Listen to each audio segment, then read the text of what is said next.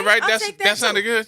That's gonna be the next one. Yeah, I was in my vet to hear Suzette. That sounds good. I like that. I like that. We're working with something. That's gonna work for us. Yeah, we have something coming. Yes, indeed. Good afternoon, folks. Hoping everybody is having a good day. What's today? Wednesday? Over the hump day. Yeah. This week is going by so fast. It is going by so fast. Can I do a few housekeeping things? Can I make a few housekeeping announcements if I can? You housekeeping? Yes. Can I do like the church announcements for a second? Ladies and gentlemen, I need everybody to listen very closely because it's about that time for the church announcements. Being brought to you by High Ground Funeral Home. High Ground Funeral Home. Where when we say we're going to do what we're supposed to do, we're going to really do it. We really do it.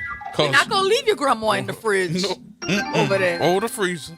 Neither no. Over there at the corner. No. No. High Ground Funeral Home, where I guess excellence in the crematory as well as funeral services is what we deliver. Now, today's church announcements. Thank you, Brother Gerod. You're welcome, Thank you, Brother Gerod. I really do appreciate it. Sister Suzette. First, giving glory and honor to God and the pastor and the deacon board. Hold on, wait a minute, hold on. I just wondering, do y'all feel any heat of it? Because somebody goes straight to hell. I don't know who it is. Well, let me just get to I just want people to understand that we have deadlines on us right now, and I don't want anybody to miss your deadlines. So if you were a claimant in the Hard Rock Hotel collapse, you only have about 38 more days to sign your release document. I don't want you to miss out on your money. So contact your lawyer, whoever your lawyer was. Get on over to their office and sign your release document. There's going to be 2 documents for you to sign. And this is not for somebody saying, oh, can I get in on that? No, this is for somebody who already had a lawsuit filed with regard to the hotel collapse that occurred in October of 2019. If you are one of those people, you do have a clock ticking. You do have release documents that you need to sign. On August 6, 2026, the court approved a $106 million global settlement in the Hard Rock Hotel collapse litigation. This is a major milestone after years of litigation. 7 years. Yes. And I just do not want people to miss their opportunity to get their money if they indeed are a claimant in that case. Additionally, there are notices that are in the mail to members of the class of 2019 and members of the class of 2020 of John F. Kennedy High School at Lake Area, putting you on notice of a class action that is pending before Judge Huda Barrett in Orleans Parish. When you get the notice, if you want to participate, you don't have to do anything. If you do not want to participate, you have a deadline to file an opt-out form by October the 1st. So I just wanted to get those 2 housekeeping matters out of the way. With respect to those who are involved in the Harvey office building case, there's still time for you to get your claim in. You can call Gerod over at 504-810-3995. And I think that's the church announcements for the day. Well, let Brother Gerard go ahead on and add something to the church announcements. If you call us up at 504-810-3995. Thank you, Brother Nyron. I appreciate your skills on that there organ. But what we do need to do is make sure that if you are calling for any of the class actions over at the law firm, please leave clear messages if no one answers the phone. Because y'all just don't know the time that we have trying to decipher some of the messages. Just whoever that was, I just want to speak to this sister today. Man, we don't even know who you are. But nobody at the law firm, baby, can fix your food stamp problem. Nobody. No, we we can't help you with your food stamp problem. And as ignorant as I sound right now, I'm dead serious. Because the lady called and left a long message about the law firm resupplying.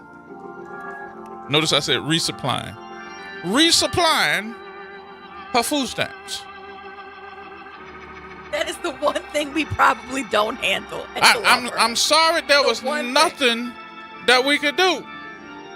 And the worst part about it, we spent over 30 minutes trying to decipher that message. And it hit everybody in the law firm. Even Suzette's husband looked at us and said, "What the hell? I'm just sorry." There was nothing that we could do.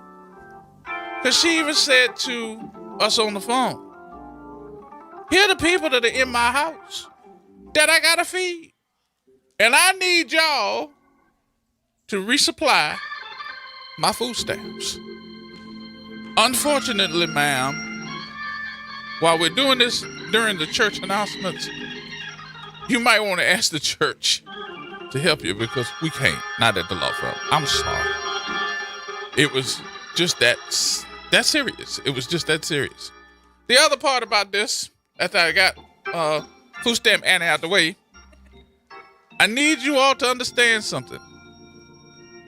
Our AI system ain't the best.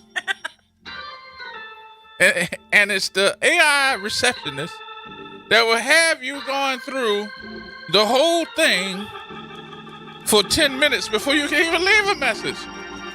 And if you catch it on a good day, it will hang up on you. We have gotten rid of the AI receptionist. We fired her because she was not competent. Please leave a message on the system so we can at least call you back if we don't get to you. The phone is ringing off the hook, and we can't answer everybody at the same time. So I appreciate it if you could leave me a message, leave Stacy a message, leave Suzette, even leave Food Stamp Annie a message if you want to talk to her. She'll probably call you back within a good period of time, too, especially if you got some food stamps. Gerard was very disturbed by that message, I was. as you can see. I was, because she was serious. And he was really trying to figure out who it was so he could help him, but we just could not figure it out. Food Stamp Annie, baby, I'm sorry I couldn't help you. I'm sorry I couldn't help you. But you know what's interesting? We prayed for you. Yeah, we did. We do get a lot of people who end up coming with all kinds of issues that have nothing to do with the law firm, but they just need some help. And we really do try to help them. Gerard. So let me say this too. This is part of the announcement part of the announcements. We still on the announcement. I need everybody to understand something. At this law firm, right now, going on each and every single day, because you working at home, I'm working at home, we working on the weekends. There is actually what is the weekend? Cases that are happening, but we've got at least 3 or 4 class action lawsuits going on at the same time. Correct. And we're about to start another 2. So I'm very excited about the next 2. So keep your eyes open. They're going to really be...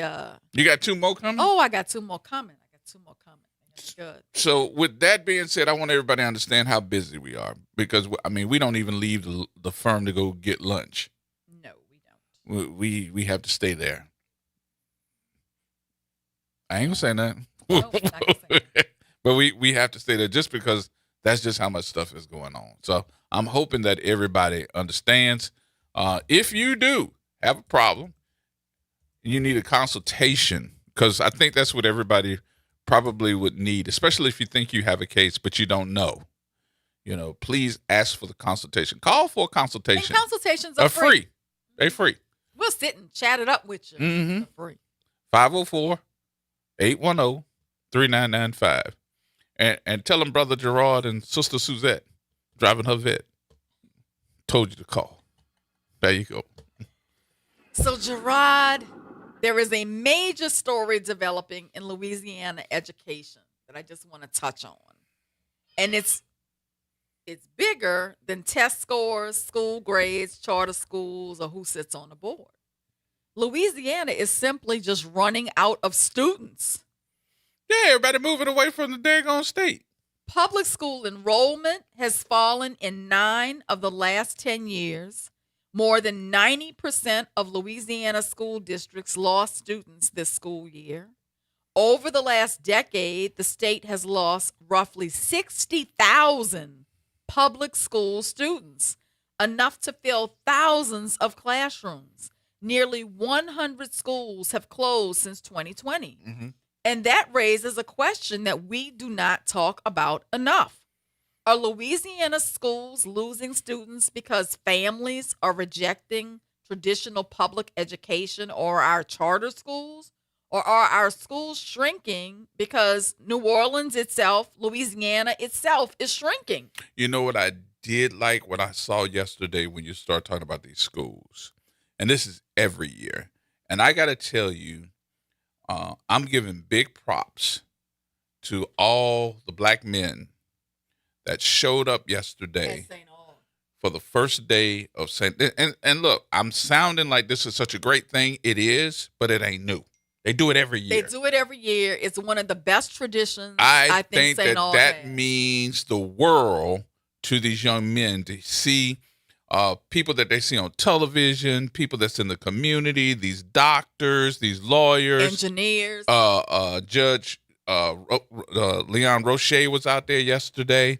I know LeBron. Me and LeBron, we worked together for years over at Clear Channel. LeBron went to St. Aug, and I thought he was going to be out there, doing the morning news and stuff. LeBron had his stuff on, his St. Aug stuff with the microphone, just doing interviews. So he took off or traded with somebody so that he could be out there yesterday too with those young men. And the look of them young men's faces to see all those black men that were just welcoming them back to school. Could you imagine what that would look like if all the schools did it? It would be a great thing if all of the schools did it. It would be a greater thing if all of those alums financially contribute to their school as well. Because some of these Catholic schools, some of these private schools are struggling too, right? So it would be a great thing if we got involved, if we stay involved, and if we give back. I think that tradition at St. Aug is outstanding. And I commend those brothers for being out there and for doing that for those kids. I looked at something else yesterday.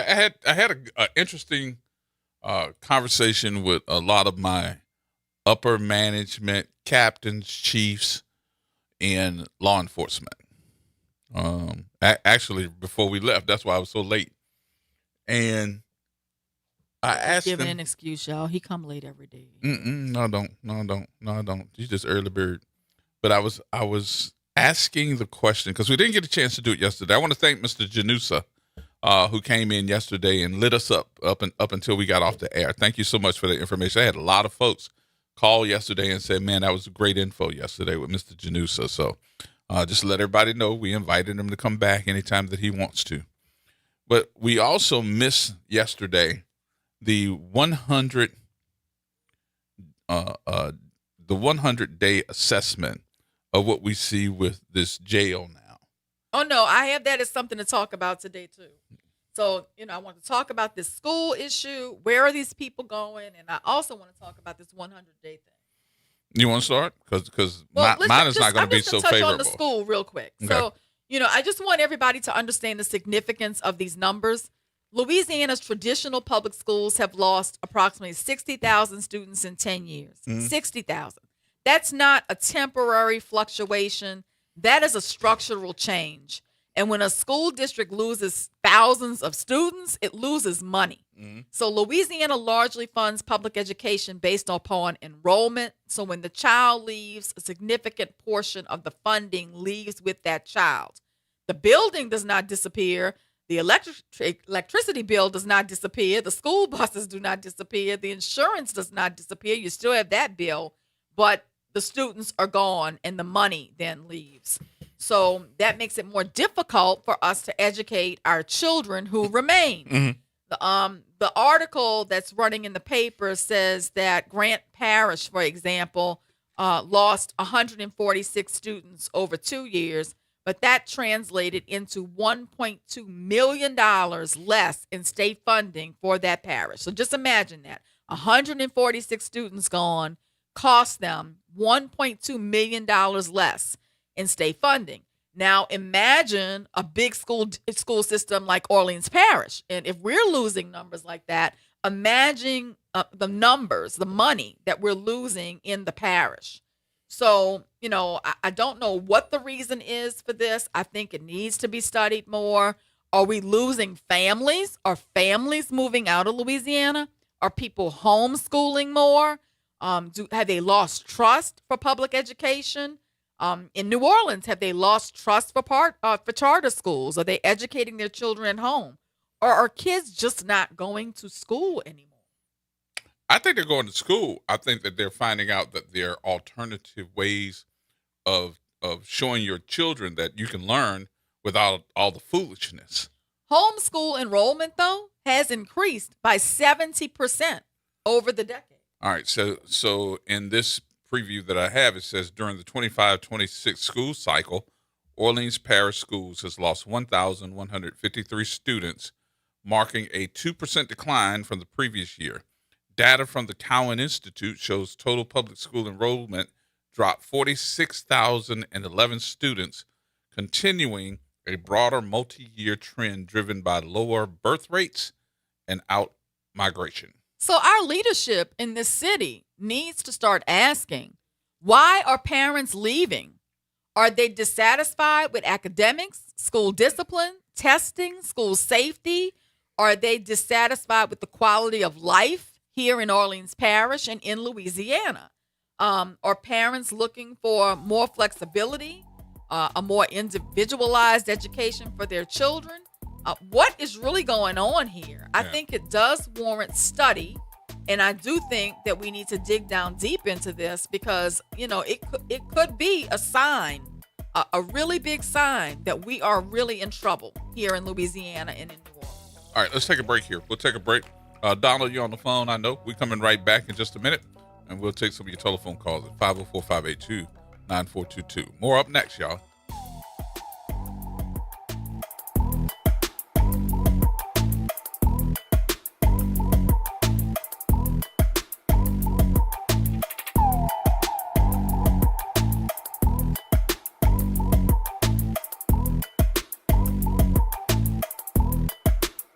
Trying to grow your business or increase traffic to your location? We can help.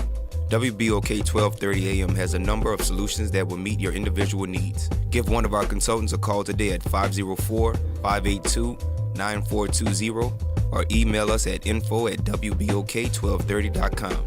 And remember, an investment with WBOK is an investment in our community. Call today. New Orleans is built to host, and at the New Orleans Ernest N. Memorial Convention Center, it is where big ideas, major events, and careers come together under one roof. As the 6th largest convention center in the country with a team recognized as a national top workplace, we are proud to power the events that keep our city moving forward. Our staff of more than 450 brings nearly 3,900 years of combined experience, an average of almost 9 years each. If you're looking for a robust benefits package, career stability, and opportunity, visit mccno.com to explore open positions today. We are the rhythm of the streets. The flavor in every dish. The story in every song. We are New Orleans Tourism and Cultural Foundation. We help artists build the future of New Orleans. Because when the culture thrives, our people thrive. Every note, every brushstroke, every dish is a door opening new possibilities for those who carry our traditions forward. And when we open that door, the whole city moves forward. For New Orleans Tourism and Cultural Foundation, culture is our open door. This is Andronika Morris, host of Put Housing First. Join us every Tuesday at 12 o'clock, where we will discuss how housing affects every aspect of our lives and what's necessary, what's needed to guarantee housing for all. Join us every Tuesday at 12 o'clock as we dig down deep onto the issues that affect all of us. Did you hear the news? Dr. Clark's 101 The Living Classroom has a new time. Catch us now every Wednesday at noon. Same program, same great conversations. Just a new time. So catch Dr. Clark's 101 The Living Classroom this Wednesday and every Wednesday only on WBOK. What New Orleans is talking about. making a difference in the community. WBOK 1230 AM. Here we go. The reality check on WBOK 1230 AM. All right, folks. Well, welcome back. Almost got me. And I just want to say this from experience in handling this Kennedy class action. I'm going to implore parents to pay very close attention this school year to the education that your children are receiving. You need to make sure that your high school age children, your middle school age children, are getting the core curriculum that is required by the state on their schedules. Yep. Got to get them credits. Because as I've learned, that does not always happen, and it results in a child being ineligible to graduate on the back end. And thinking that they are going to graduate. Absolutely. Another thing, grad point is not used for first-time course instruction. It is used as a remedial tool if you have already failed a class. So if your student is telling you that the school is allowing them to do grad point courses and it's the first time they're taking a class, you need to get with administration immediately. That class is not going to count. Nope. And they're going to fail. I also want to tell you, make sure your child is taking the correct curriculum in the correct sequence. Let me explain what I mean by that. Y'all ain't going to believe this. In order to take Algebra 2, you got to take Algebra 1 first. No. In order to take Spanish 2, you got to take Spanish 1 first. What? Some of these schools are trying to give students Spanish 2 before they have Spanish 1, Algebra 2 before they have Algebra 1, okay? This is going to result in your child, one, not doing well and in the upper level course, and maybe not having the eligibility to graduate. And then Shaggy would say, ruh-roh. Yes. If your child has special needs, you need to make sure you have a valid and updated IEP on file. You need to make sure you call the school counselor and that your child has a valid and updated IEP. And get it in writing. Okay? And get it in writing. You're supposed to participate in the creation of the IEP. They're not just supposed to do it and tell you about it. You're supposed to participate. Yep. If every child is supposed to have what's called an individualized graduation plan, an IGP, every child, you need to make sure your child has one and that they're maintaining it and updating it as you go along. If your child has transferred from one school to another school, let's say they started off going to Kennedy and now they're going to 35, you need to make sure that the new school has the transcript from the old school and that the grades have been updated into the school software and into the state's system as well, so that your child gets credit for the courses they previously took. Okay? So, a lot of you parents, what did you just learn? You have got work to do. Not your child. They can help, but you need to get with the guidance counselors. Do they still have guidance Yes, counselors? they do. Yes, they do. The guidance counselor can tell you where to go, where to look, to make sure that you have. And then there is a system. What system did I tell you that was? If you don't have the transcript and you can't seem to get it, there's a facility that you can get your transcripts for like $10. It doesn't matter how old you are, when you graduated, you can get your transcript. Well, I'll bring it up in just a because minute. none of our Kennedy kids in 2019 and 2020 seem to have a transcript. Wow. But anyway, I just want to make sure everybody understands what they need to do, because I really don't want to get the calls in May and June telling me that your child is not graduating because they don't have X, Y, and Z. No. I really want you to get it on the front end, please, and make sure that your child his or her needs are being met. That's their job. All right, let's take the call. What you say, Donald? Donald? Yeah, can you hear me? Got you, brother. Yeah, there's a fight in the parish. They're fighting over going certain schools because they're the better schools, you know. And Wait a minute. Say what now? Everybody's trying to get into the better schools. But that's always been the case. Everybody wants to get into the better schools. Yeah. And I think that you got a problem with that damn One App. I think that One App is one of the most racist things. I cannot stand it. That has happened to this city. No, let me tell you, Willow is basically a white school. Well, okay? I have to tell you.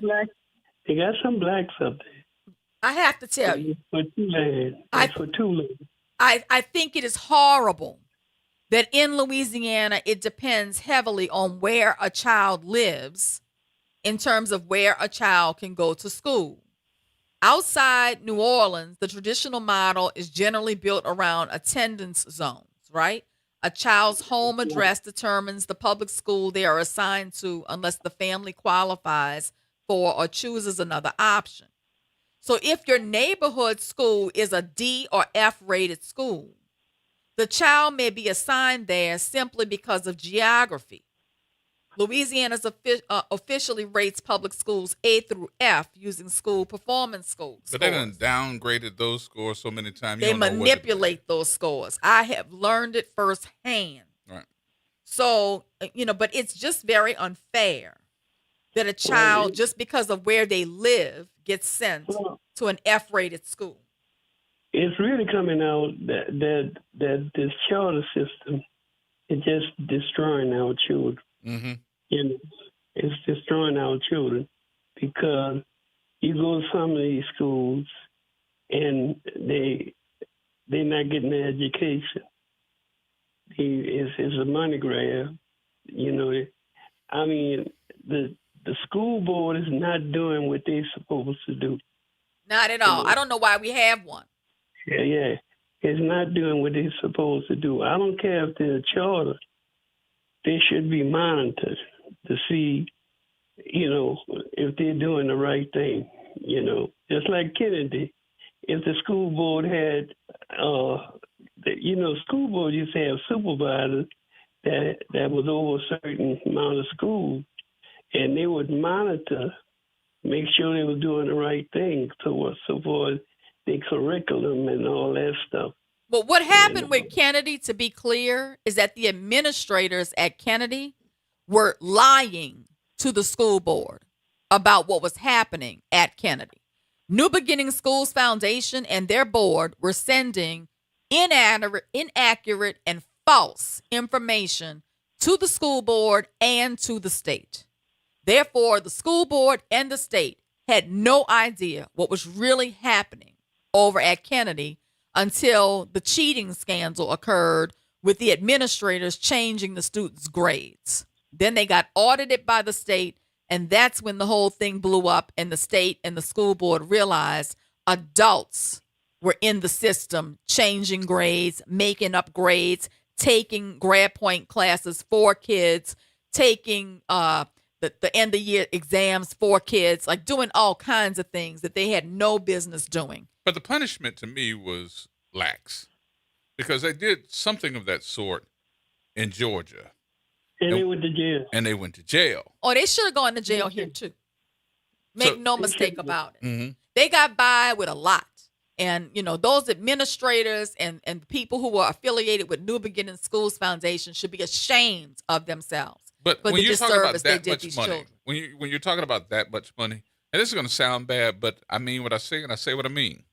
Donald, when you talk about that much money, that much millions of dollars that go to certain schools or certain bodies of the education system, I'm sorry, it ain't just us. I think that we do it like stupid McNupits and end up falling on the sword. But there got to be some higher ups that know about that much money because, see, schools don't make money unless you got seats and butts in the seats. That's why the charter system took over the school. It was about money, And who would have ever thought that we would get to a system where, the folks, the parents, the people in the community would not know that we have a setup that, not only do you have a principal or an assistant principal, but you got a CEO of a school? Come on. Yeah, I had never heard of that. When I heard that, they got a CEO, then they got a principal. They have and they're making a lot of money. Some of these CEOs are making over $300,000 a year. Okay, so this is big business at the expense of children. So I'm just trying to sound a warning shot to all of the parents who are listening here and the grandparents who are listening here. My experience has taught me that you need to really be monitoring what is going on at your child's school. You cannot entrust these so-called leaders to do the right thing. There are a lot of great teachers and administrators out there. My parents were both educators. My father was an administrator, as you all know. Shout out to those who really love children and really take their job seriously and do it well. There are many of you out there. But there are also people out here who are not doing right by children. And if you're not careful, your child may end up being one of them and being seriously harmed as a result. So at the beginning of this school year, please, I'm imploring you, parents, be very involved and pay attention. I saw a story on TV the other day. A county in Mississippi, they're going back to the basics. You know, with that all that new mat and all that stuff, they're going back to the basics. You know. I think that's what's happening when we start seeing a lot of folks that are homeschooling and taking them out of these different programs. So another problem I learned with in doing this Kennedy case is that there are 3 principal graduation pathways in Louisiana. There's a TOPS University Diploma, which is a college preparatory pathway. There's a Jumpstart TOPS Tech Career Diploma, which is Louisiana's career and technical pathway. And Louisiana also recognizes a separate L1 pathway for students assessed with LEAP Connect. Also, there's an April Dunn Act pathway for students who have disabilities. But what I want to tell you is schools are required to provide multiple graduation pathways for their students. And some of these schools are not.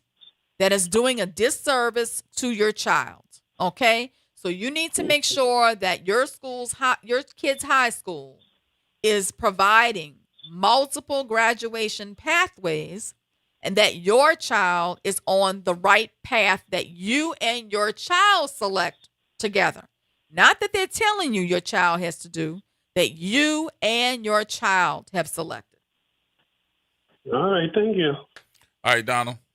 Thank you, brother. All right. Miss Nikki, first-time caller. How are you?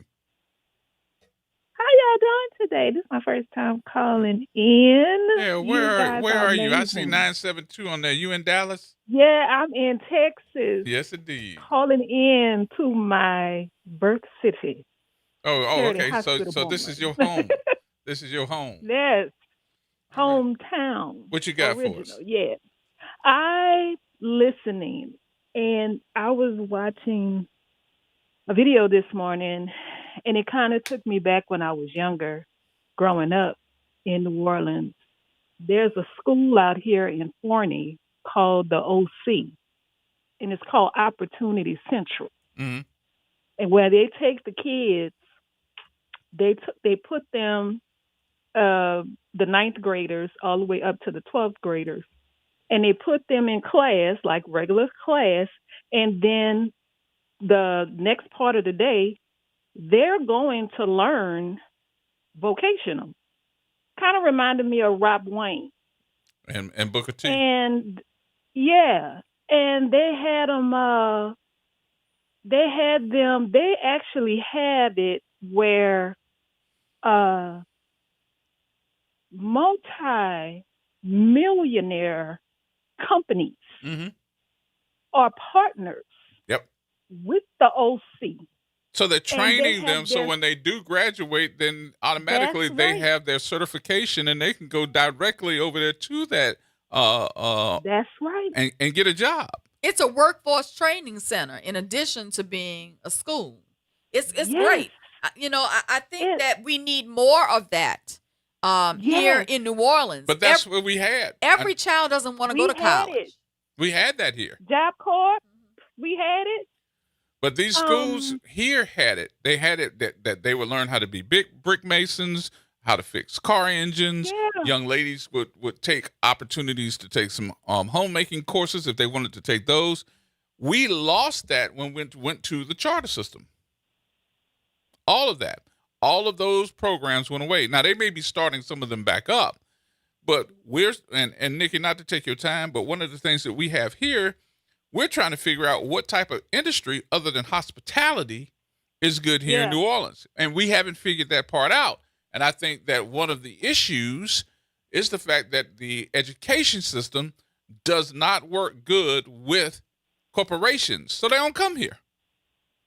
Yeah. Well, look, even the middle schoolers, though, at the OC that she's talking about, for grades 5 through 8, have offerings in coding and robotics, theater, swimming, golf, and entrepreneurial leadership. I think that entrepreneurial leadership course is so important. Yes. And I think every high school and middle school should offer such a course. I think we're missing the boat by telling kids that your success depends on whether you follow the traditional college prep route. I think instead we should be asking them, what are you good at? What are you interested in? And what can we expose you to before you graduate that will help you to connect directly to a career, credential, college course, entrepreneurial path? And find out from Miss Nikki. Miss Nikki, you got kids in school? No, I was just watching the video and it reminded me of a time. I remember one year I went to Rob Wayne summer school one year, and Sally Ann Roberts came to the school to talk to us in the summer. She spent a lot of time with us talking about, staying on the right path, let your light shine, no matter what you decide to do, let that light shine. She was so encouraging. Mm-hmm. And we would have things like reading contests. I remember one year my Irma Thomas came to sing and for the reading contest, and whoever had read the most books, it was gold, silver, and bronze. I still have my library card that my mama took me down to New Orleans Public Library. To this day, it was yellow. It's yellow. Mm-hmm. I still have that card to this day. But the question should be, how many kids today have library cards? Yeah, that's a good question. Yeah. So why aren't still you? Have mine.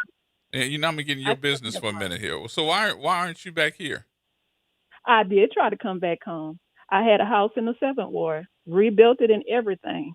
And there's a lot of stuff that happened during that process, like my central air and heating, cooling almost got stolen off the roof. Someone was actually sleeping in my house. That was another thing. Had a lot of break-ins and stuff like that. I've tried several times. Then life happened. Yeah. But I tried from 2005 to 2014. Mm-hmm. So what I'm hearing right now, Suzette, is the fact that we have one of those folks on the phone with us right now that's telling you the story on why they could she not left. return. Right. I get it. And, because I also practice in Texas and particularly in Houston, I find a lot of New Orleanians who are transplants in Houston. There's one part of the outskirts of Houston, Missouri City, that is like little New Orleans. That's where I lived. Well, it's like little New Orleans. It looks like all the Katrina transplants decided to live in Missouri City. And when I talk to them, the stories are always very similar in that it was such a struggle to get back to the city, to rebuild, to find work. Many of them were two-educator households, and they were mass terminated by the Orleans Parish School Board when the schools were taken over, or they lived in New Orleans East and they could not get back to rebuild in time. You know, a lot of in the Ninth Ward didn't have insurance on their homes, which made it very difficult for them to rebuild. And it's nice for me when I'm in Houston to have that New Orleans community there. You know, Yeah. I'm really happy you're listening and staying connected to New Orleans. And tell all the folks you know in New Orleans that we here every day. Y'all are amazing. I love it. Yes, I love it. I love staying connected to my community. Absolutely, I've never stopped. Well, don't make this the last time you call for us. And all of that. Well, call in more often There so you we go. can talk. Stay connected. Thank you, Miss Nikki. Thank y'all so much. Alrighty, bye-bye. Bless you. All right, more coming up in a minute, y'all. Everybody hold tight. We got to take a break.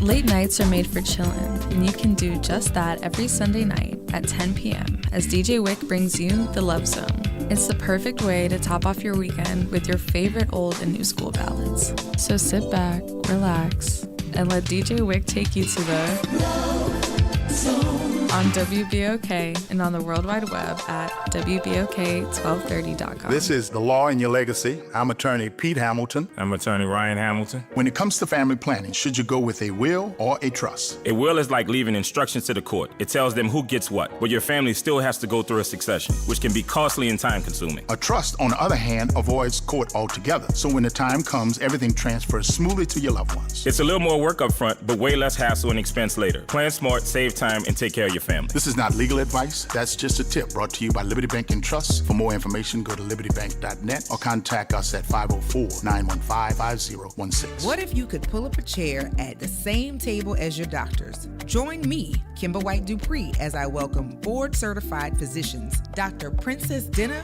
and Dr. Darlanda Reno Harris. For Table Rounds, we're bringing those meaningful medical conversations out of the hospital and into our community. Health topics that matter most, from the health disparities and menopause to mental health and much more. Table Rounds with Dr. Princess Dinner and Dr. Darlanda Reno Harris. Every fourth Monday at 10 a.m. on the front porch, because better conversations lead to better health.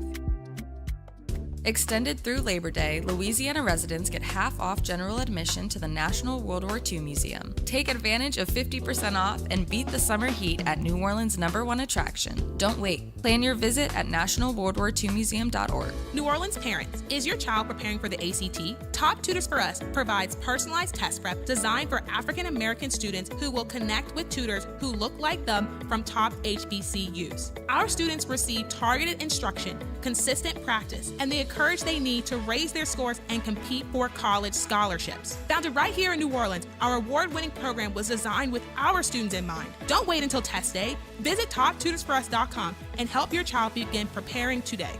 Uptown, downtown, wherever you are, keep it locked in to WBOK. Here we go.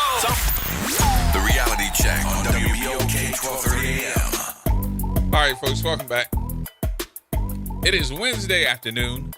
The attorney extraordinaire. You know, it's funny that I call you that, and everybody has picked up on it. Well, somebody's calling me the Mimi extraordinaire. I'll take that too.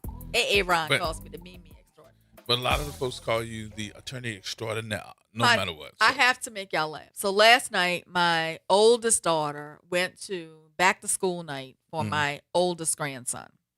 And she was in her seat. She was the only parent taking like notes as they were saying what to expect this school year. Well, that's something that I used to do for them. And when I went with her to back to school night for my oldest grandson last year, I took the notes. Or she couldn't go and I took the notes for her. I had like 5 pages of notes. I was the only one taking notes. So last night, she puts in our family group chat, I was the only one taking notes and I have 4 pages of notes. Next time I'm sending Mimi. And it was really, everybody laughed about it. But that just goes to show you what I'm trying to tell you by example. We've got to be engaged. And when they're offering you insight into what you can expect for your student for the year and what's going to happen and how they get graded and things like that, take notes.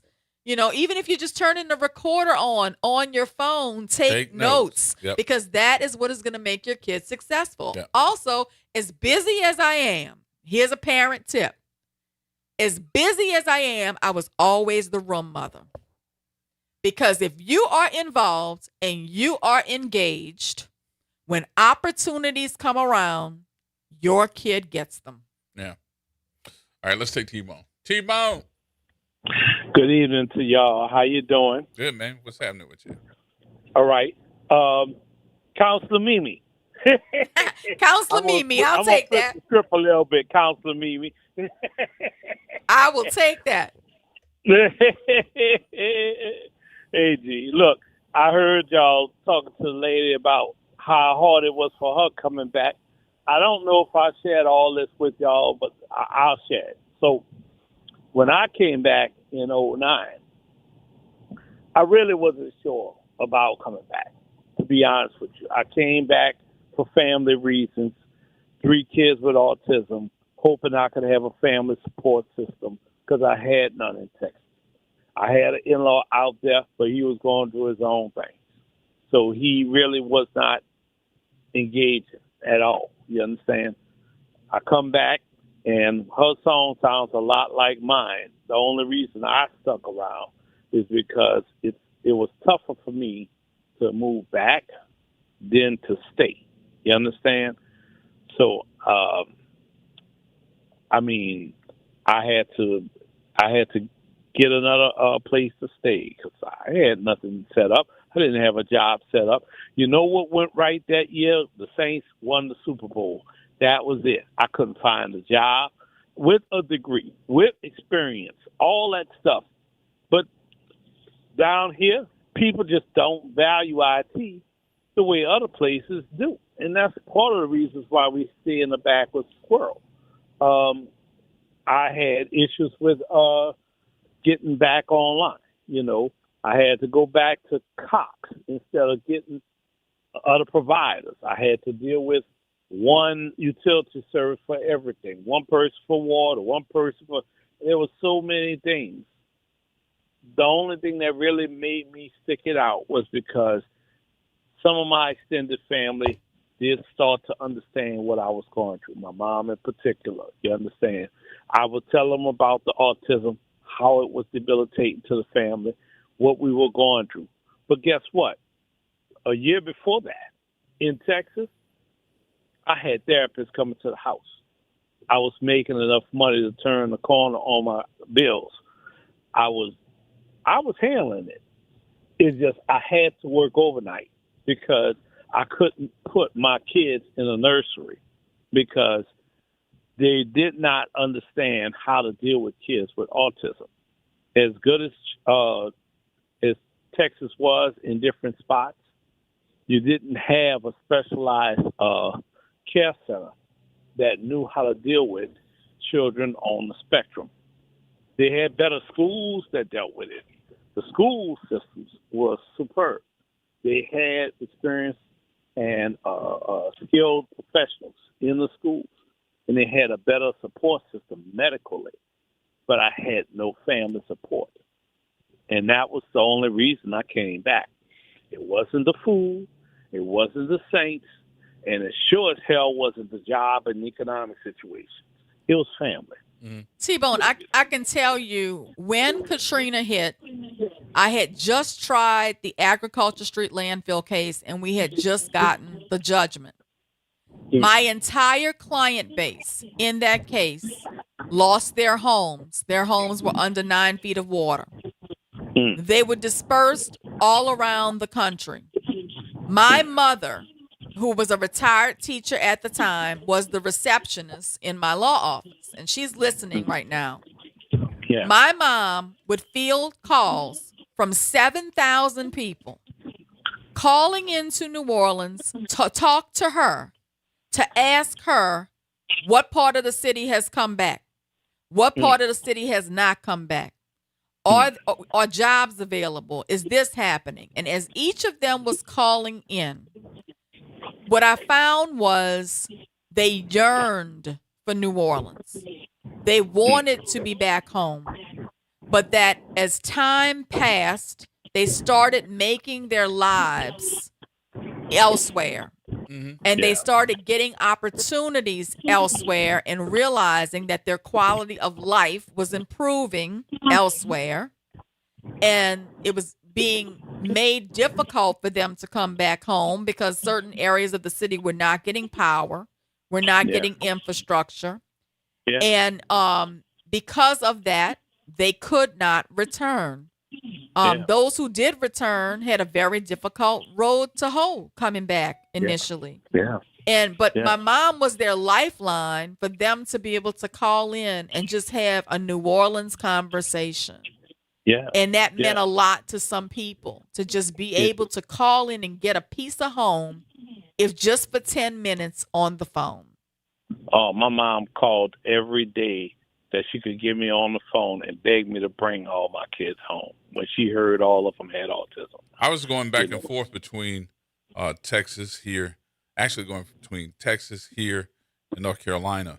And since I knew everybody in radio all the way up and down the East Coast, I could folks would call and catch you and ask, what's the latest, da-da-da-da. So I made the mistake of giving out my cell phone number on the radio, not knowing and not understanding the fact that people didn't know or have any clue on if their house was still standing or not. So one of the biggest things that I would just get people calling wanting to know what the house looked like because they couldn't come back home. Right. So they would give me the address. I would actually go to the address, take a picture of it, and send it to them. Send it to them, exactly. Because a lot of people didn't know if their home survived initially. Right. And they didn't know if they had any belongings to come gather. Yep. And so they were calling to ask, have you been to my house? Do I have anything left? The hardest thing that any of those folks saw in their houses, and T-Bone gonna laugh when I say this, was the fact that the refrigerator would end up on the counterpiece or lift off the ground and on some like the table or something, and it was so much filth in that house. So that was, I think, one of the hardest things that folks had to see when their refrigerators were moved on top of the counter pieces, sitting on top of the stove, or your car is up a tree. Well, I'm gonna tell you, I think the most difficult image, one of the most difficult images of my lifetime that I will never shake, is that my mother, who had worked 40 years in education and had worked very hard to pay off her home and make it nice, and to pay off her car right before retirement and make it nice, had just retired. And in her divorce from my dad, she was awarded the family home. And that was very important to her to get the home because it was something she worked so hard for. And bringing her to her home in New Orleans East, that was under 10 feet of water. And her pulling up in front of the home, she went in, she walked around what she could with me and Emil, and then she went outside and she just knelt down on the grass in front of her home. And said, "This is all I have left." That was the hardest image I don't think I will ever shake in my lifetime. Wow. I subsequently, my mom really didn't want to go back to the home after that. And I subsequently got it from my mom. I own it now because I couldn't afford to I could not let go a house that my parents worked so hard for, that contains all of my childhood memories. And so I still own it to this day. But that's a hard memory, and I'm sure my experience of watching my mother do that is not the only person who went through that. Well, I got to flip to that one too. So my dad died in '98, and the house that I'm living in now was my mom's house. Well, it still is. It's still in her name, but it's also in my name as well. I ended up paying it off, but I can't buy her out because of my situation now. I can't make enough money down here to buy her out for what it's worth. And the ironic thing about that is, if I had not lost that job in Texas, if I had gone on somewhere else and made more money, I would be able to pay her out. All right, T-Bone, we got to take our break. All right, y'all. Appreciate the call. Before Peace. we do go to break here, I want to take a minute, and I think this is from you, me, and all the members of this radio station, because I just saw it. I did not know the celebration of life for the district missionary, Miss Carrie Elliott Swanson. That is Gina Swanson's mother. Right. I didn't know she had passed. Our heart goes out to you, Gina. Gina, we love you, baby. Anything you need from us, you know you got it. Miss Carrie Elliott Swanson passed on August the 10th. May she rest in peace. Yes. Well, coming up, y'all. Everybody hold tight.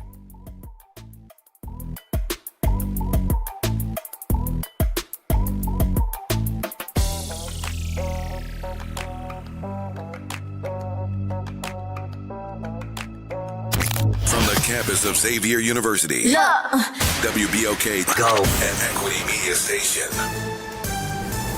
I'm Bree Wood with BIN News Now. The Trump administration is moving to formally define what qualifies as an ultra-processed food. The proposal will give the agency greater visibility into the substances that are entering our food supply.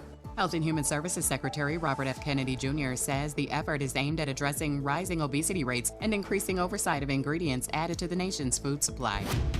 Los Angeles City Council member Curran Price has again been ordered to stand trial on corruption charges. A judge ruled prosecutors presented enough evidence to proceed on felony counts including embezzlement, conflicts of interest, and perjury. Price, who is black, has pleaded not guilty. And a new Louisiana law now allows students at public colleges and universities to carry pepper spray and other chemical self-defense products on campus. The measure took effect August 1st, though restrictions remain in certain healthcare facilities and secured campus events. Get BIN News Now on demand 24/7 on the iHeartRadio app.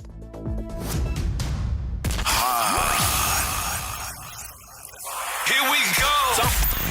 The reality check on WBOK 1230 AM. All right, folks, welcome back. Welcome back. George Stevens, along with the extraordinary one. Dun-dun-dun-dun. It's Superwoman. In my vet, here's Suzette. Yeah, we're going to make that song. Everybody get in your vet. Here's Suzette. Okay, I'm sorry. Well, anyway, somebody going to make that song. You know that, right? Somebody going to make this song. Yeah. They going to call. But anyway, we brought up a couple of things in our communication when we first started. One of which was that press conference that we saw. Let me tell you. The 100-day press conference of the OPSO. Right. So, if I didn't know better,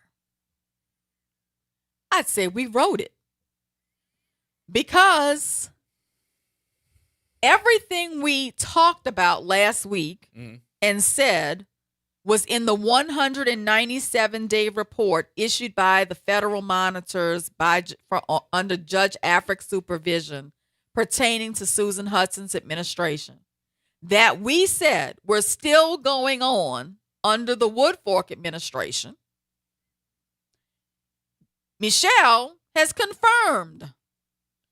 So Sheriff Michelle Woodfork has now been in office 100 days, and she is giving the public a very clear picture of what she says is happening inside the Orleans Parish Jail.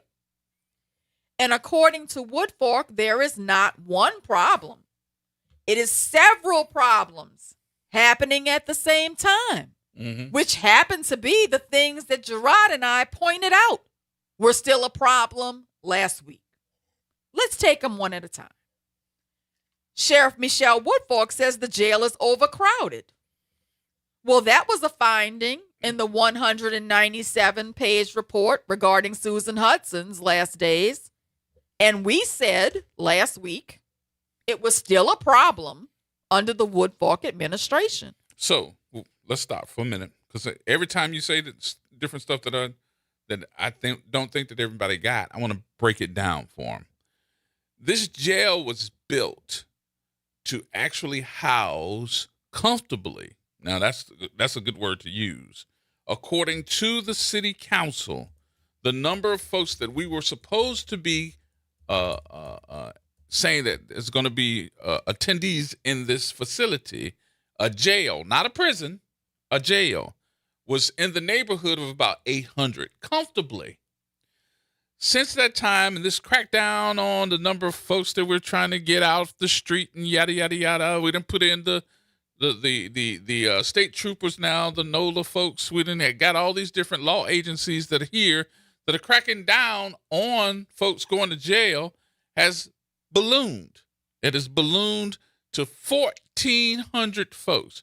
And what bothers me is it was just last year that the conversation piece in front of the city council was, well, why you got that many people in your jail and how you going to get them out of there?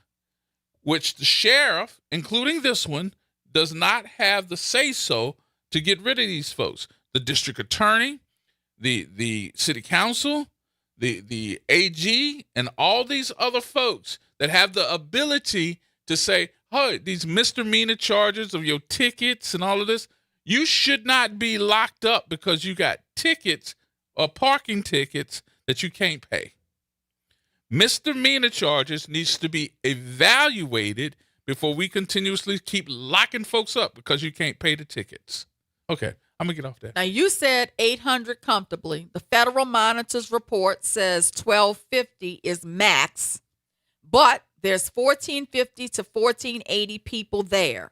And every additional person puts pressure on some finite resources, such as supervision, meals, medical care, mental health treatment, transportation to court, classification decisions, medication, security searches, opportunities to determine if somebody has contraband or if they're going to commit violence in this space.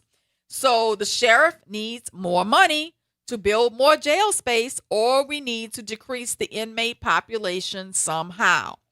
But just want to make it clear, we confirmed this was in the Federal Monitor's report regarding Susan Hudson, and we stated last week that it was still the situation under Sheriff Woodfork, and she confirmed it in her press conference. And Little Red Bottoms would jump all over Susan about the number of people that were in that jail when they asked for more money to be able to house those folks, and act like he didn't understand, but didn't say one damn word about the 1,400 people that's in there now. Exactly.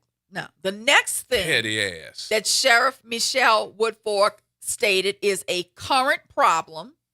She says the jail is understaffed. What? Understaffed. You're kidding. Well, the 197-page Federal Monitor's report regarding Susan Hudson confirmed that. And we said last week that the same conditions were there under the Sheriff Michelle Woodfork administration. So in her press conference, she admitted, what? The jail is understaffed. No. I guess so if you can't pay them.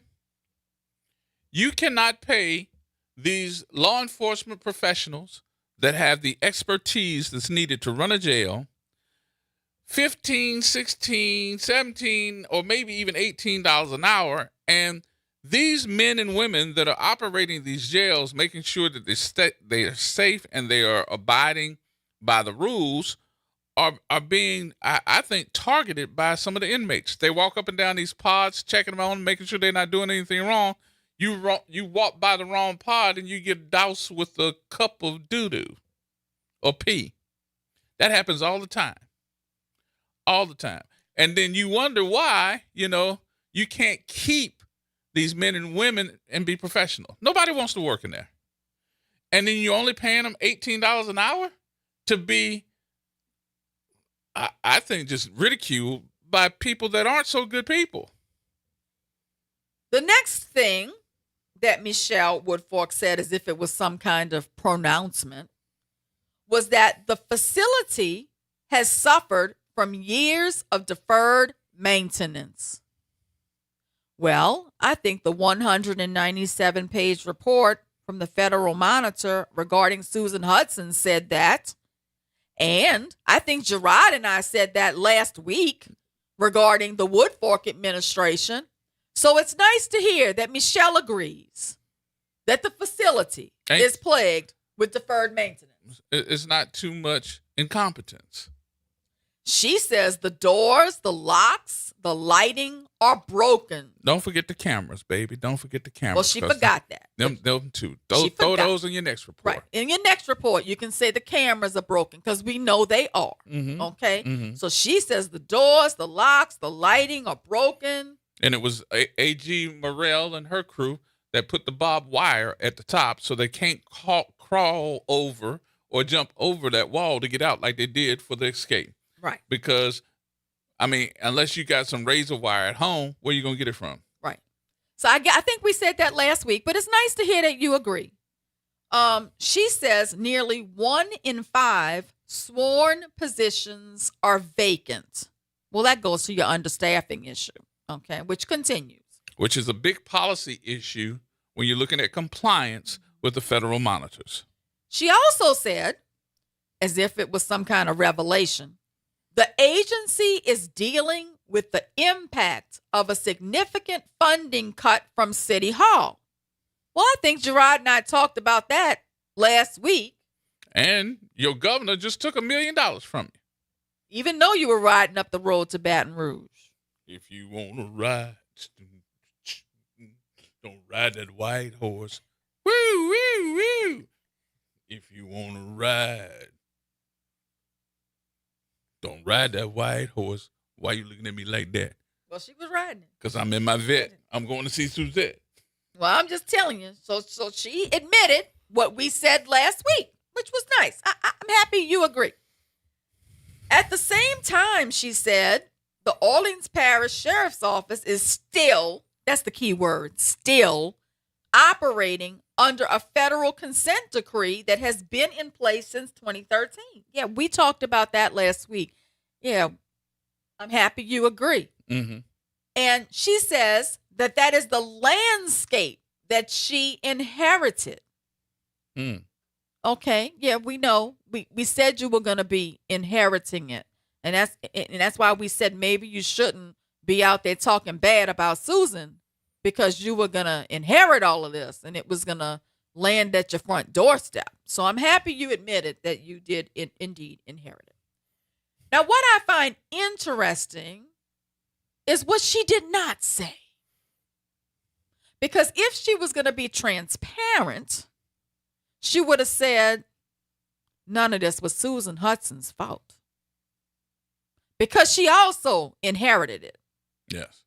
What she did say, and it was worse then, was this, quote, "We are not using what we inherited as an excuse. We are using it as a starting point." What does that mean? Well, I'm going to say it again because I want you to hear it and I want you to embrace it. We are not using what we inherited as an excuse. We are using it as a starting point. That's not true. Because if you were using what you inherited, you told everybody that when you got in, you were going to fix it all. Because what you saw was a bunch of incompetence. Well, I'm going to give her credit for this one, G. This is where we're going to disagree. Okay. I'm going to respect that because once you take the oath of office, you own the problem. Right. So what I'm going to interpret what you said to me is that you recognize now that all that trash you talked about Susan is now on your front porch. Bring the broom, and baby. You are taking responsibility now for taking out the trash. You're taking responsibility for owning the problem. You may not have created it, but it has become your responsibility to fix it. So I'm going to give you credit for that. I'm going to give you respect for that. You're owning the problem. So now, wait. What you going to do? Wait. What you going to do? Wait. Because one of the issues you said that you're going to do because of the fact that you're taking control of the problems is that your phone rang at 3 o'clock, not 3, 3 o'clock in the morning. And then you found out it was one of the folks at the jail that said that they ain't have enough people working at the jail, and you got up out your bed and went and worked the pod. Well, if you go back and look at that press conference, you got 3 big burly bucks standing behind you, at least 3 or 4 standing behind you, which included your warden. It included other lieutenants, captains, or whoever that work for the OPSO. And you trying to tell me that you got out of your bed and didn't make them big 3 or 4, 5 burly bucks go and work the pod? You got out of your bed and worked the pod. I'm sorry. I need to see the video because I don't believe it. Yeah, I know you're requesting the video. I'm requesting the video. Because you want to see it. I want to see from 3 o'clock to 7 o'clock in the morning. Working day where and you night. worked on a pod. I don't believe that. Working day and night. Do you? Do you believe? I don't know. I'm waiting to see the video because I know you said you're going to request it. But you know what? It feels like I wrote her report.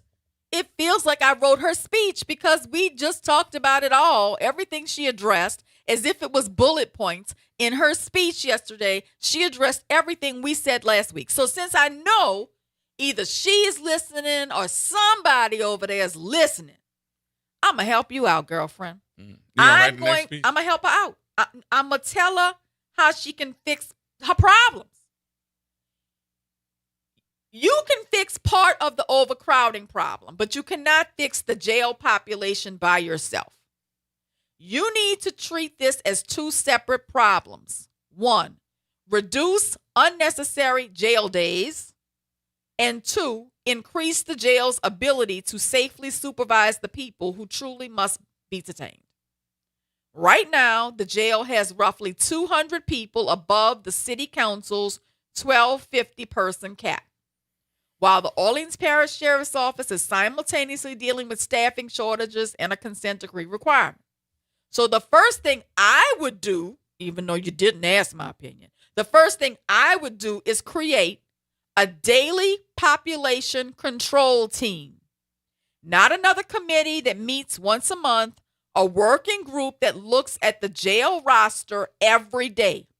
It should include the Orleans Parish Sheriff's Office, the DA, the Criminal District Court, the Public Defender, the City Criminal Justice Coordination, and the Department of Corrections. It should be a task force.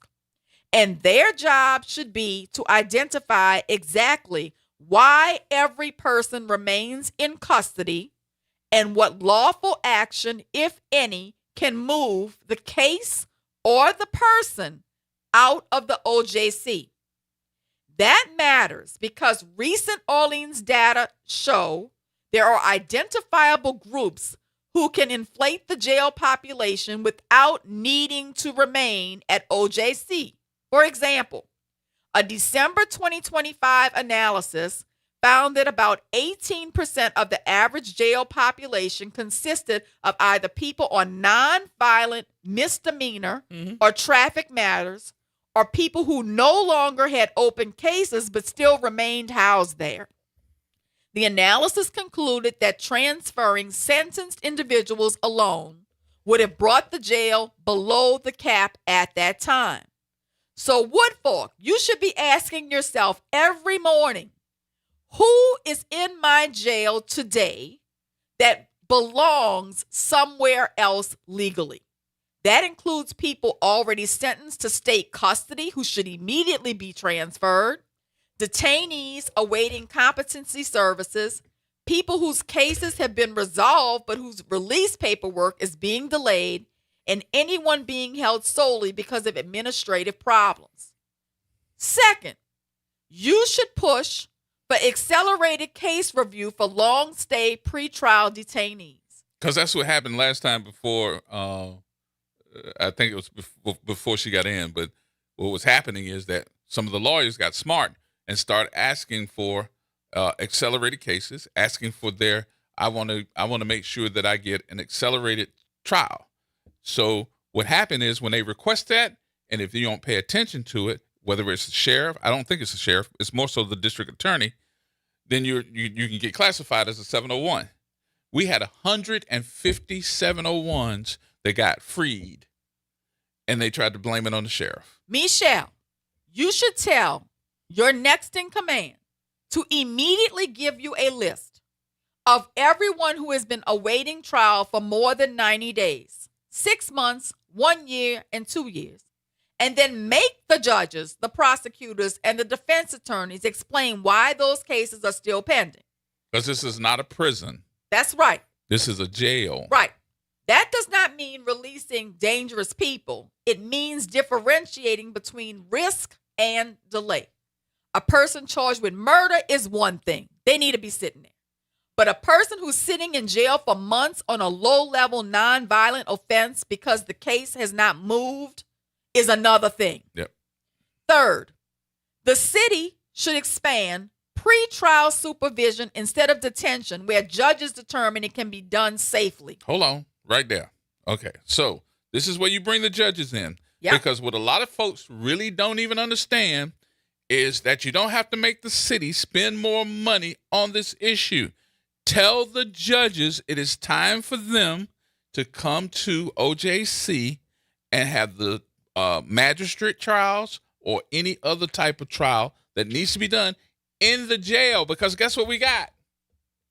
Courtrooms in OJC. There you go. They got 2 of them. And some of those judges, you need to get off your butt and you need to go over there and you need to do your job. Yeah. We need to hold you accountable to help Michelle out. We got to take the break. We'll come back. Galloway, hold on. We're coming back.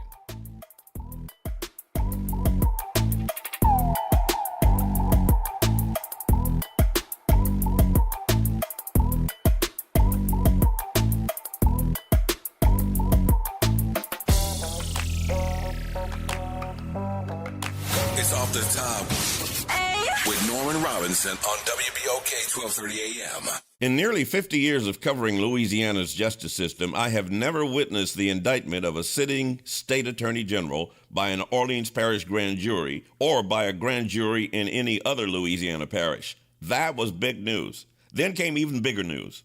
All of the charges were dropped by the special prosecutor assigned to oversee the case.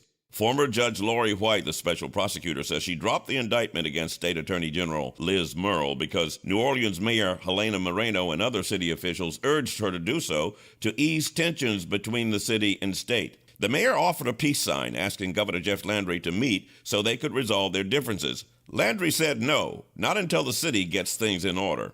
Requesting that the AG charges be dropped was another peace sign. Landry still said no, thank you. Landry and Murrill have no interest in being friends with New Orleans leaders. I understand not wanting to be friends with people who you think want you to be put behind bars for 80 years. The circumstances and the players are different, but what we have here is the latest chapter in a long history of the bruising political wars between the state and the city. It's not good for the city or the state. Who knows how this latest drama will play out? What matters is whether this legal grudge match helps citizens who want leaders who will improve their quality of life. Now, this unfortunate drama is damaging our state, our city, our judiciary, and our chances for more economic development. It boils down to this. It's a cartoon with characters bashing each other, and it's not funny. We deserve better. This is Norman Robinson. Off the top. Missed a show? Want to hear that guest everyone's talking about? WBOK is now streaming on all your favorite podcast apps. Just search WBOK Media, hit download, share with a friend, and don't forget to rate your favorite shows 5 stars. Because when our voices are heard, our impact grows. The New Orleans Jazz and Heritage Foundation is the nonprofit organization that owns the New Orleans Jazz and Heritage Festival presented by Shell. With the funds generated from Jazz Fest, the foundation invests in Louisiana companies through economic development, cultural enrichment, and free education programs. To learn more about what the New Orleans Jazz and Heritage Foundation does, please visit www.jazzandheritage.org. For 5 years, one event has brought our community together around one goal: better health. I'm Judy Morse. Join the Urban League of Louisiana and presenting sponsor Oxner Health on Saturday, August 15th from 10 a.m. to 3 p.m. for the 5th annual Big Health event at the Ernest M. Morial Convention Center. Enjoy free health screenings, free admission, free parking, and activities for the whole family. The Big Health event. One day, one place, all health. Hey New Orleans, it's Doc Griggs. Tune in every Thursday from 12 to 1 p.m. for Doc Talk and get checked, get fit, get moving. Making a difference in the community. WBOK 1230 AM. Here we go. The reality check on WBOK 1230 AM. All right, folks, welcome back. Welcome back. Galloway. Did we miss Galloway? Yeah, he held on for a minute. Call us back. Call us back. What you say, George? We missed George. Call us back. All right, Kevin. Hello. Yes, sir. Can you hear me? Yes, we can. Okay, it's not George. It's Kevin Gentile.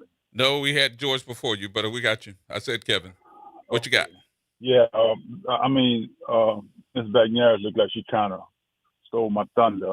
She sounded like she got a whole lot of answers already. What we got to do to solve some of these problems, and basically it's out of any individual's hand. It's a team effort, which is what I always talk about. It is definitely a team effort, and she's got to assemble representatives from each team on a task force if she's really going to address these problems. And that would include the state as well, if funding has to come from them for certain things, because the first thing they're gonna say is, okay, you're releasing all these people, and they're gonna try to use that to get against us because this is what they do, and say, well, look, you're part of the team, you want us to keep these people in jail or whatever. You're gonna have to assist us with resources. They're not going to assist us with resources. In fact, they're going to take resources. But these immediate things, these top 3 things I just ran down from her, do not require money. They require effort. Well, yes. I guess what I'm saying is all that, everything you're saying, plus engage the other part of the team, including the state, to be accountable for their part, in addition to doing these things that don't cost money. Absolutely. Things that we can expedite doing. Absolutely. You know, I said from the very beginning that I wanted to see Sheriff Woodfork succeed. I said that from the very beginning. And what I see, though, is that she's also, like Susan, not surrounding herself with the right people to get the task done. So what I'm trying to do here is to let you know that there are ways for you to address this problem that do not immediately cost money, okay? That can at least get one of these things in the consent decree off your plate, which is overcrowding. And maybe that might help to alleviate, the dam from completely breaking if we can start chipping away at the problems one thing at a time. So because I know they're listening over there, nobody asked us our opinion, but we thought we'd give some today to help them to try to address the problem. I'm sorry. Leadership is not listening to them. And leadership is you need to know exactly what you're doing beforehand. I really don't think that that's a part of the leadership that needs to be put in place here with all the different things that we need to do now. Not 6 months later, not 100 days later. This should have been something that you saw happening because you had the audacity to say that it was incompetence. You had the benefit of several of these 100-plus page reports from the federal monitors before you took over the prison. So you clearly knew what the areas of problem were before you took on the job. Plus, you had a transition where you were coming before you even were sworn in to the jail to see what the problems were. These are things that the transition team should have been well aware of if they read the federal monitor's prior reports. But here we are. We are where we are. So let's address the problems one at a time and let's deal with them, okay? so that we can get from under the consent decree. But right now, you're not in a position to ask to be out of the consent decree. You still have all the problems that existed before. All right, Kevin. Yeah. My thing is this: we can beat each other up, and that's what they want to do. They want us to beat each other up. First of all, we know politicians want to say what they got to say to get what they want to get into office. So they're going to say all kind of outlandish things. So I'm not gonna beat her up for that, because that's what they do. But that's why I say we need to have think tanks. And Ms. Bagnass is a think tank all by herself, from what I can get. So if and power concedes to a demand. Correct. If the think tanks don't come up with the demand, how can we then think we're going to be effective at getting what we think that demand should be? So we have to start coming together as a team collectively. I mean, we don't wait for the powers that be to do it, because the people put those people in place. Look, So if we don't get the powers that be is us. If we don't get that jail under control soon, that's another thing Jeff is going to come seize. Well, that's my point. My point is we have to start coming together. That's what we're saying, but that ain't what they're saying over there at the jail. I understand, Gerard, what they're staying at the jail, but I also know what I see. If she doesn't deal with these issues and deal with them swiftly, Jeff, who has a issue with the city of New Orleans, will come seize this jail too. So let's try to help her. Right. Let's try to help her come up with some positive solutions, even though she did not ask for them. Okay. That might assist her. So the third thing is the city needs to expand pretrial supervision instead of detention, where judges determine it can be done safely. Now, that might require the judges at criminal court to do an assessment of each inmate before they send them over there. Wait, and to classify them. That's already been done. Okay, well then if that's done, somebody in Michelle's administration needs to look at that classification and figure out who does not need to be there. Just to show you that I know what I'm talking about on this is because I even said it to you when we were talking about it. I said one of the first things that we got to do, and when you're talking about putting somebody in that jail, is you got to sit down and say, what part of the city are you from? Why? Because uptown don't like downtown. Downtown don't like the Lower Ninth Ward. And you put them boys in the same jail cell, you're going to end up with a riot on your hands. Correct. I agree with you, Gerard. And that's what pretrial services can be utilized for, to determine risk assessment, to determine whether people can be released on recognizance and community-supported release, designed to help defendants to make court appearances. That is one of the three things she can do right off the top, okay, in order to be able to clear some of those people out of the jail. That includes reporting requirements, court date reminders, drug treatment for those who need it, mental health treatment for those who need it, electronic monitoring where appropriate, and other supervision. And again, this should be driven by individualized public safety decisions, not simply a desire to hit a population number. But I'm gonna be a little bit more dirtier than that for a reason. I think it's great that we're able to sit here and give the assessments of what we think needs to be done. But you're paying a whole bunch of folks $200,000 and $300,000 a year, and you can't come up with this. And we're sitting here doing a radio show and not getting paid one thing about it. Now, it's not about us getting paid. My point is, if you're going to put folks in place, and we said this about the other folks as well, stop doing all these political favors and put some folks in place that's going to solve this, because your leadership is also on the line. Ain't no way in hell I would have made my number 2 the brave caveman. No way in hell. That's just a bad optic. But I've already gone through that. I've already told you what I thought you did wrong. So now I'm trying to tell you how to fix it. Okay? The fourth thing Woodfork needs to attack is length of stay. Not merely length of admission, but length of stay. That is an important distinction. You can have the same number of people arrested every month, but dramatically reduce the jail population if cases move more quickly. This sheriff does not have that authority. Well, the Jefferson Parish Sheriff does, but this sheriff does not have that authority. That is the district attorney and the judges, and sometimes a city council person. and that's why I said she needed one of each on her task force. But here's the thing. Suppose you have 100 people that enter the jail this week. Mm-hmm. But if most leave within days, that is one population problem. But if those same 100 people remain for 6 months, the jail fills up.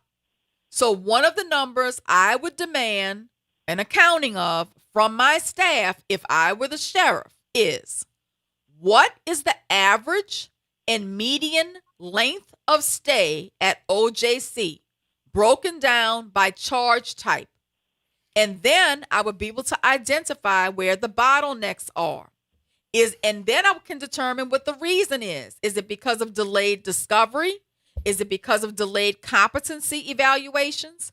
Is it because of court continuances, which fall on prosecutors, the DA's office, and the judges? So you're asking a lot of questions that those are the folks, though, that they would have to ask those. And those are not going to get them any closer to getting out until those folks sit down and have those meetings. Not us.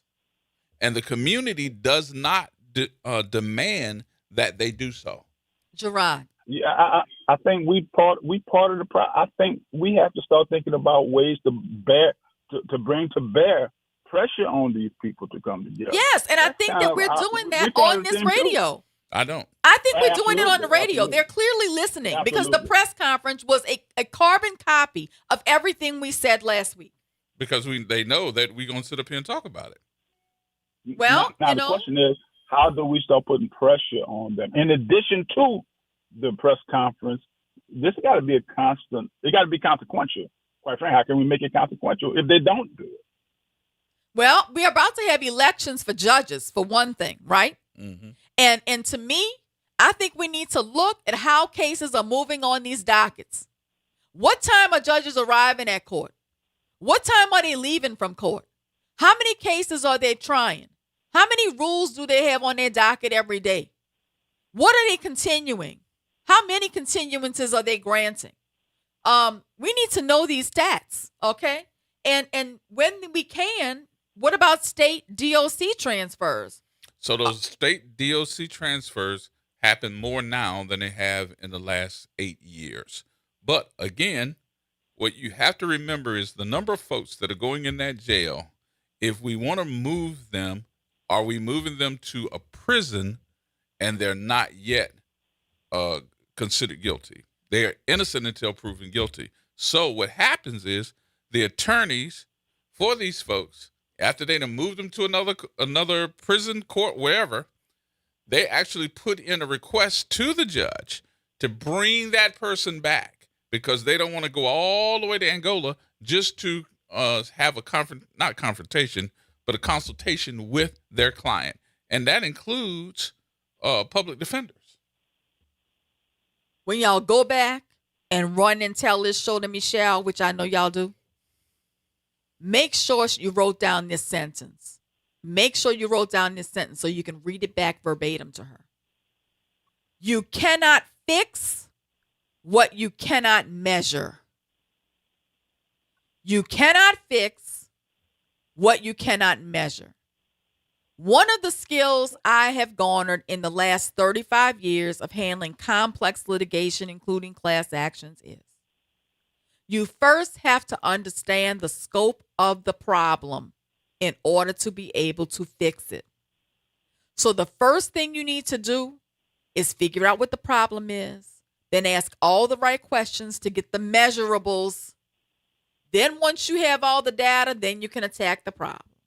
So all of these questions we've been asking for the last hour and a half, these are important things she needs to know. So I'm going to run it back again. Within 24 to 48 hours, Michelle needs to ask her staff to produce a population report.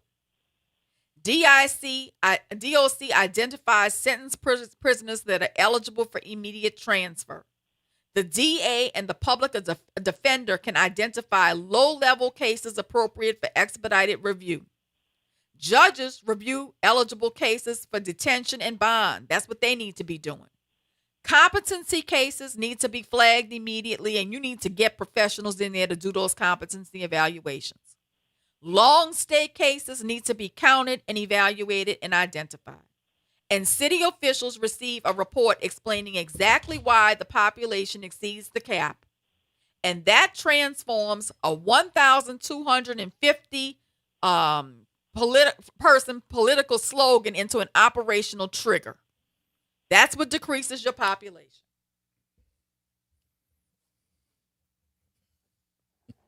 You don't want her to fix it. I know you don't, because you enjoy this. No, I'm just looking at what you're saying. I'm saying to myself, what you don't understand is that all that takes money.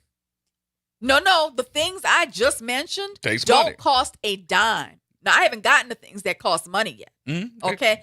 All of these things I just mentioned do not cost a dime, but it does require a work ethic.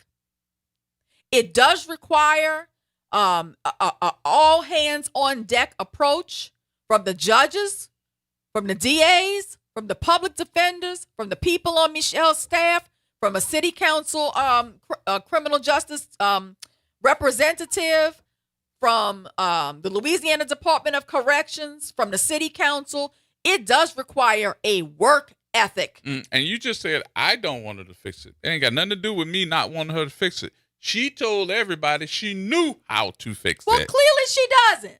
And her listening to you go through something that you just researched on the computer ain't fixing it. Well, at least I'm doing the research. You kind of tell me she can't sit there and do the research her goddamn Clearly self? they're not.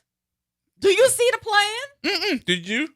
Did you see the No, plan? I don't see a plan. Right. Which is why if I can research it and I'm a lawyer and I can come up with a They solution. can research it and do But the same. they're not, Gerard, and we don't have time to sit around and wait for her to hire the right professional to do the research They to got develop a plan. 6 months of this. Are you telling me they don't have time? 6 months of this, and they got the time. Okay, so But we just sat there and listened to Just let it crumble? a 100-day plan. And what did we get out of that 100-day plan?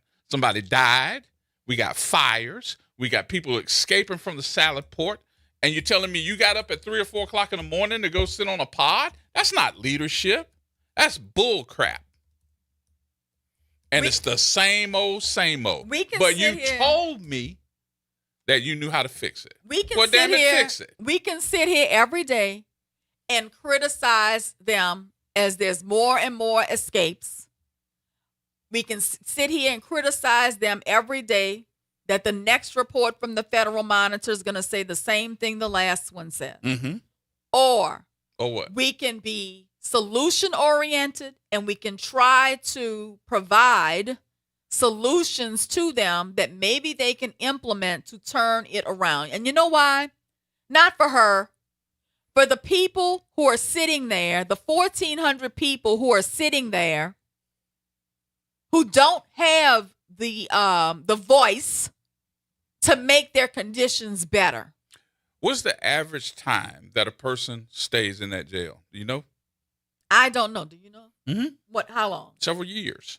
That's ridiculous. Do you know what's the longest time that somebody usually stays in there? 9. That is ridiculous. So- because these are people who are innocent until proven guilty. Hold on. Let me put some other stuff here while I'm saying this. I'm not saying this to say she can fix that, because she can't. You can't fix these problems unless you have the other agencies that's going to be willing to do so. You already got a governor that's like, let's lock them up. Lock them up. What you think they gave NOLA troopers for? You think it was just to clean up New Orleans, just to say, hey, I got people out of the French Quarter? No, they want to lock these folks up. And now they're going to introduce some other issues where they're going to be moving them not only just to Angola, because if you remember, the last thing that Jeff Landry said about locking folks up and getting them out of the city is, we got 16 acres that we can lock them up. Until that mindset changes, the Plaquemine Parish folks that want to take them and put them in that big old jail out there in Plaquemine Parish, unless those mindsets change. And look, you got an AG that got daggone issue with the district attorney. They're saying that they're too progressive and a couple other things. These things ain't going to change until they change. And as far as that's concerned, she's saying, I need more money. The governor just took $1 million from her. Now, how do you fix that? Well, I gave a solution to that last week, but I'm happy to dig deeper on that. But one of the solutions is one of these hires she should have made is a grant writer and a grant manager. I think she's got to go after these grants that are at the DOJ, these grants that they're giving away to other law enforcement agencies around the country so that she can get an influx of cash in. I think that is very important. That will help her to be able to provide more staffing, better pay, address the deficiencies in terms of the infrastructure of the jail. She needs to do these infrastructure repairs. So, no, I'm not going to give up, and I'm not going to just say, oh, my God, it is so messed up over there, she can't fix it. No, I'm going to continue to come here every day and give solutions, and hopefully somebody is listening and somebody else other than me gives a damn and wants to do something about it. So, I mean, that's what we're going to continue to do. I think that is one of the best things that comes out of WBOK.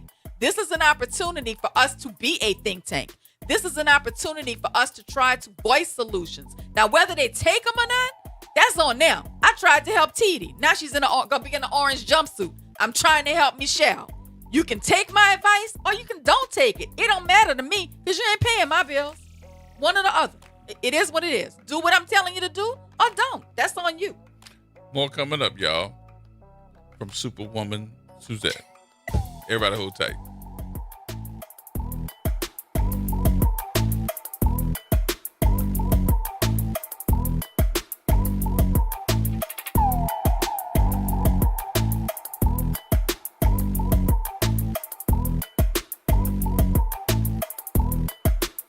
AURN News. I'm Ebony McMorris. The Congressional Black Caucus is demanding an independent federal review into the disappearance and death of 18-year-old Nolan Xavier Wells. In a letter to Acting Attorney General Todd Blanche and FBI Director Kash Patel, lawmakers said Wells' family has waited more than a month for basic answers and should not be forced to grieve inside an information vacuum. Wells disappeared during a 4th of July boat trip to Mississippi's Horn Island. His body found 2 days later. An independent autopsy classified his cause and manner of death as undetermined, and Mississippi has not publicly released its autopsy findings. The FBI is already assisting local investigators. Now the CBC wants the Justice Department to determine whether a separate federal investigation, including under civil rights law, is warranted. Lawmakers gave DOJ 7 days to explain what action it has taken or intends to take. For AURN News, I'm Ebony McMorris. This is Attorney Suzette Bagnaris. This is Dr. Cassandra Shepard. And this is Gerard Stevens. Each Monday from 4 to 6 p.m., join us for the Reality Check. We talk about the news in and around New Orleans. The Reality Check on WBOK, 1230 a.m. and 107.1 FM. Here we go. The Reality Check on WBOK, 1230 a.m. This invitation goes out to all of us unworthy sinners who's been saved by the grace of God, where you and I are only made worthy by the blood of the Lamb and our Lord and Savior, Jesus Christ. We're FIJTC, Faithers in Jesus the Christ. My name is Mr. Rocky. You can tune in to WBOK, 1230 a.m. Sunday mornings from 8:30 a.m. to 9 a.m. Hope to see you there. LifeCare provides valuable whole life insurance to cover final expenses such as medical bills, burial costs, and unpaid debt.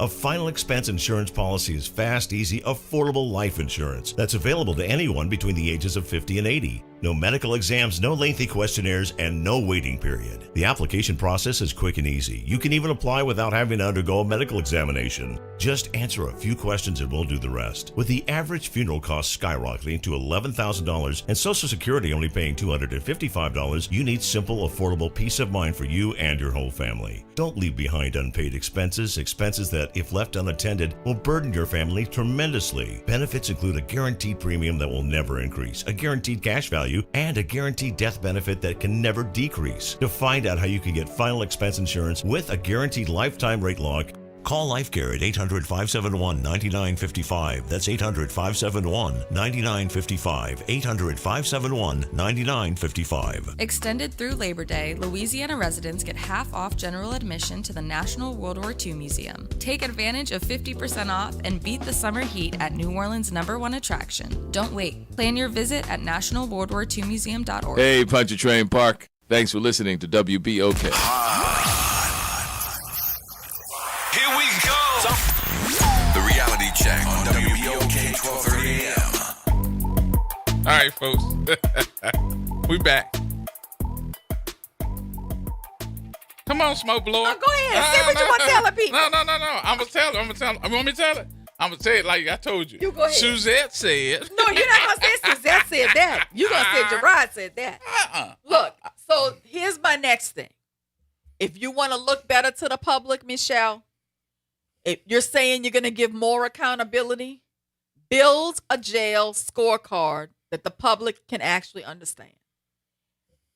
The Orleans Parish Sheriff's Office should publish on its website, which, by the way, your website is garbage. Okay, you don't even know who works for you and how you can get a phone number to call them. But anyway, you should publish a monthly jail performance scorecard with the same core metrics every month so that the public can see whether conditions are improving or they're getting worse. The first section of your scorecard should be population in custody. You should say, today the jail population is X. The number awaiting trial is X. The number sentenced but waiting for transfer is X. The number held over 90 days is X. 180 days in 1 year. You should tally admissions, releases, and how far the population is above the 1,250 person cap. That's the first section. The second section should say safety. And you should give a very transparent report on inmate assaults, assaults on staff, use of force, serious injuries, deaths, suicides, overdoses, fires, weapons recovered, and other major incidents. Then people will stop coming to you for interviews and looking in your garbage cans. The third, you should report on contraband and internal integrity. Okay? The fourth, you should give us a number on your staffing, your authorized positions, your filled positions, your vacancies so people can apply, your new hires, your resignations, all of those things. Provide the stats. And the fifth should be a report on infrastructure. Broken locks, doors, cameras, lights, intercoms, and other critical systems, the number of open work orders, the oldest unresolved work order, the number of emergency repairs completed, and the estimated cost of the remaining backlog. And then there should be a consent decree scoreboard. Just saying, as you said in your press conference, we're making progress. We all know that's just a BS phrase. We're making progress is telling me nothing. Your mouth is moving, but you're saying nothing. So, tell the public how many requirements are compliant, how many are partially compliant, how many remain non-compliant, which ones got better in a month, which ones got worse, what is preventing compliance, who is responsible for fixing it, and what is the deadline. All of that, Michelle, is accountability. You say you are going to be transparent. You say you're going to be accountable. That's a start. So go ahead, Gerard. Now tell us why she's not going to do it. Because it's already been done. Because I'll make sure that I show you the book that was put together. That's number one. Number two, since we do have federal monitors, what you don't understand is every month there is a compliance that the OPSO has to go through. But they don't publish it. They do. Where? It's been published on the website before. It's also a book, and we also have it, and you can download it. Now, do they do it? I don't know if they do it. I have no idea what they do. I recently went on the website just looking to see who's over the legal department. It's not there. So I don't see any of this on the website. If it's on the website. So they need to probably go back. The other thing, the average person that uses the website for the OPSO wants to see what the docket master is. And the reason why is because they hear of loved ones or they hear friends that have gotten to go to jail, and you don't know any other way to check it. So if you go on the docket master, you used to could go on and just see if that person has been arrested. That's been changed. Why, I don't know. But you get a lot of telephone calls at that point in time asking, do you know somebody over there that I can call to find out if my loved one is in? So those are the things that need to be changed. The average person that's looking for information, if you just Google it, you'll find it. But it should be, you are correct, it should be on the website.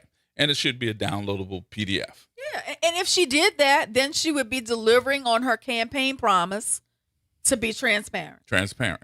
Okay? Yes. Look, it is what it is. We know you can't change these stats overnight, Michelle.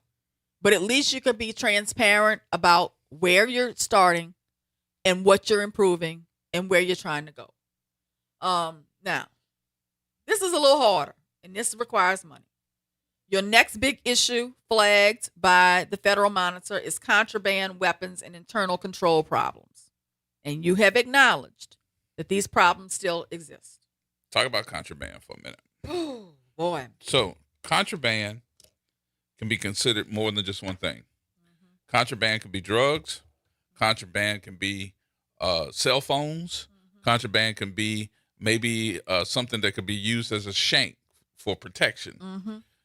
The majority of the contraband, and this is my belief only, this is not something that I can prove, but I can also go back and find out how many employees of OPSO, I think we just had one, last week or week before last, how many employees, guards, people that work in different divisions of those pods have contact with those inmates that bring in contraband for them. I remember at one point in time, they had people that would stand on the other side of the wall and know when they're getting ready to go outside for their 1 hour of fresh air or whatever that's going to call, and would put drugs and stuff in tennis balls and throw the tennis balls over the wall so they could get their drugs.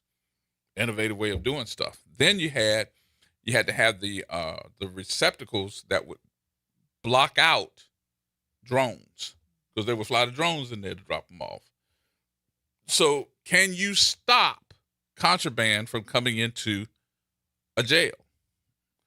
I don't see it, but I do believe that the way that you stop the majority of it is the fact that you got to pay them men and women a whole lot more money, because them bringing in that contraband and risking not only being arrested and given a felony and losing all their credentials and probably their way of life and go to jail themselves, is because they're not getting paid enough money. So they say, hey, look, you bring in this weed, I'm going to give you $4,000-$5,000. How about that? And they risk it, not knowing that you got that dog that's right across the training center that can sniff this stuff out. And when he does, they pat you down and strip you down and find it. And you're going to jail too. So why risk it? Well, I think she should partner with the SPCA. I think they should train some more drug dogs. They got them. They just don't bring them in there. And they should bring them into the jail. They need to bring them in there, but the only time you really see them bring them in is when they do the They should be in there all the time. They should be in there all the time. Yeah. Okay. And boy, look at the time. You ever been over there? You ever been over there to see the operation? I go to see the operation. Clients. No. I'm saying see the operation. I haven't been walked through on a tour to see the operation, but I've gone there to see many a client. I like. I can't believe the time has flown by like this. I had some more solutions for you, girl, but I guess you're just gonna have to listen to the radio. I'm so glad the time has flown by and you solutions. You're just gonna have to listen to the radio, Michelle. I'll give you some more solutions. All right, y'all. Don't want really talk. I'll give you some solutions. That's gonna wrap things up. She don't want to talk to you? Oh no. That's gonna wrap things up for us. I'm gonna leave it for a little. We'll be back on tomorrow. Hope everybody have a great rest of the evening. We'll be back with solutions on tomorrow, right here on WBOK.